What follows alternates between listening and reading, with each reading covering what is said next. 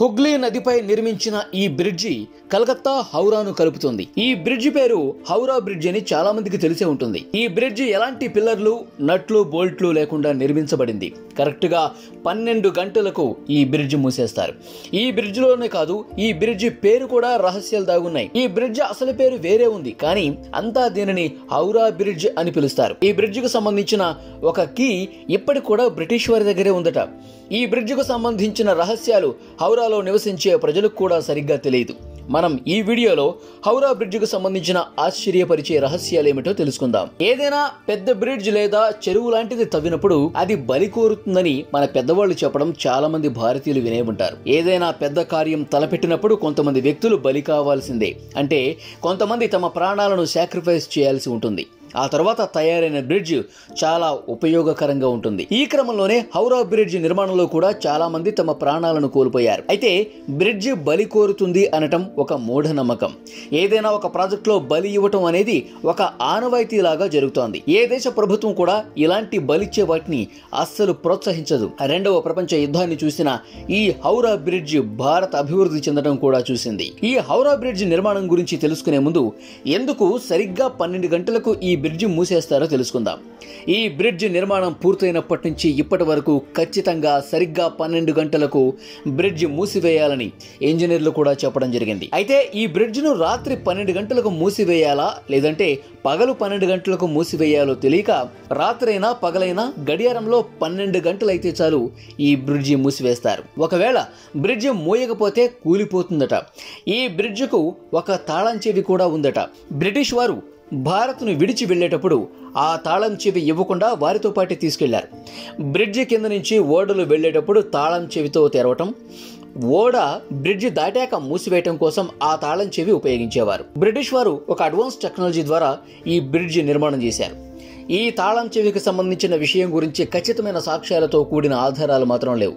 ఈ బ్రిడ్జి నిర్మాణం 1936లో ప్రారంభమై 1942లో పూర్తయింది. 1943 ఫిబ్రవరి 3వ తేదీ ఈ బ్రిడ్జిపై రాకపోకలు ప్రారంభమయ్యాయి. అప్పట్లో ఈ బ్రిడ్జి ప్రపంచంలోనే 3వ అత్యంత పెద్ద బ్రిడ్జిగా నిలిచింది. బ్రిటిష్ వారు ఈ హౌరా బ్రిడ్జి నిర్మించడానికి కారణం ఏంటో చాలా మందికి బహుశా తెలియకపోయి ఉండొచ్చు. కలకత్తా హౌరా మధ్య ఈ బ్రిడ్జి నిర్మాణం ప్రారంభం కాకముందు నది అవతలి ఒడ్డుకు వెళ్లటానికి బోట్లు ఉపయోగించేవారు.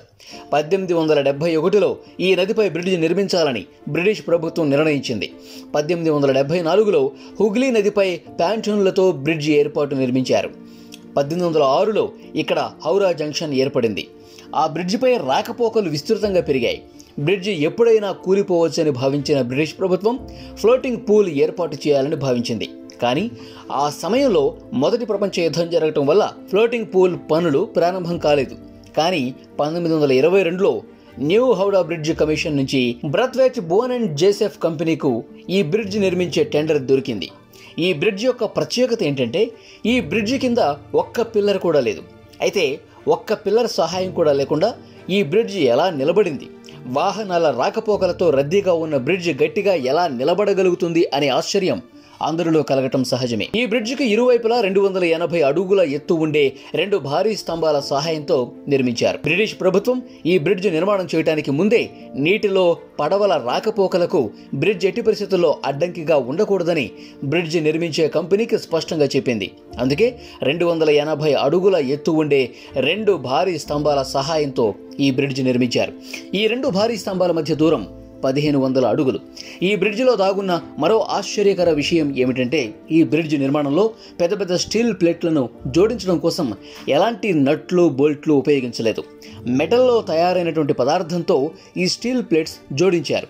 ఇంత పెద్ద బ్రిడ్జిలో కనీసం ఒక్కటంటే ఒక్క బోల్ట్ కూడా ఉపయోగించలేదు. ఈ కాంటిలివర్ బ్రిడ్జిలో 26,500 టన్నుల స్టీల్ ఉపయోగించారు.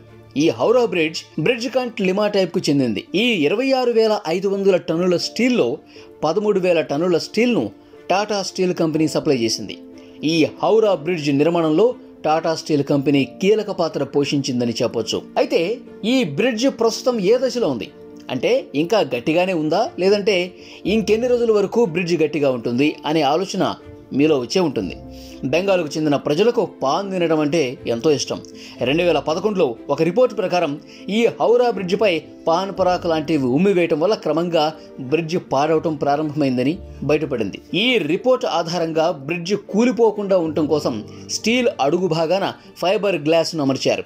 వీటిని అమర్చడం కోసం ఏకంగా 20 లక్షలు ఖర్చు పెట్టింది. కేవలం మనుషుల వల్ల మాత్రమే కాదు, పక్షుల వల్ల కూడా ఈ బ్రిడ్జికి హాని కలుగుతోంది. ఈ బ్రిడ్జిపై పక్షులు ఆవాసాలు ఏర్పాటు చేసుకోవడం వల్ల అక్కడ చెత్తా చెదారం పేరుకుపోయి బ్రిడ్జికు కెమికల్ లాస్ అవుతోంది.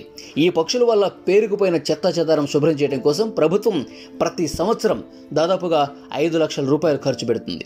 అయితే వివిధ కారణాల వల్ల బ్రిడ్జికి హాని జరగకుండా ఉండటం కోసం బ్రిడ్జికి పెయింటింగ్ కూడా వేస్తారు. ఒకసారి పెయింటింగ్ చేయడానికి దాదాపుగా 30 లక్షలకు పైగా ఖర్చు అవుతుంది. ప్రపంచంలో ప్రారంభోత్సవం లాంటి ఏర్పాట్లు లేకుండా రాకపోకలు ప్రారంభించబడిన ఏకైక బ్రిడ్జి హౌరా బ్రిడ్జ్.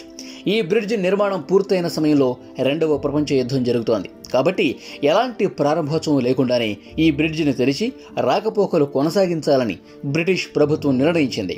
ఆ సమయంలో ఈ హుగ్లీ నదిలో బాంబులు కూడా వేశారు. కానీ బ్రిడ్జికి మాత్రం ఎలాంటి హాని కలగలేదు. అప్పటి నుంచి ఇప్పటి వరకు ఈ హౌరా బ్రిడ్జ్ చెక్కు చెదరకుండా అలాగే ఉంది.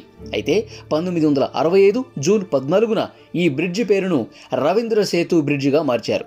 కానీ ప్రజలు ఇప్పటికి కూడా దీనిని హౌరా బ్రిడ్జి అనే పేరుతోనే పిలుస్తున్నారు. ఈ బ్రిడ్జి హుగ్లీ నదిపై 1500 అడుగుల విస్తీర్ణంలో 71 అడుగుల వెడల్పుతో నిర్మించారు. ఈ బ్రిడ్జి నిర్మాణానికి సుమారుగా 333 కోట్ల రూపాయలు ఖర్చయ్యాయి. భారతదేశంలోనే అత్యద్భుతమైన బ్రిడ్జి ఏదంటే హౌరా బ్రిడ్జి అనే చెప్తారు.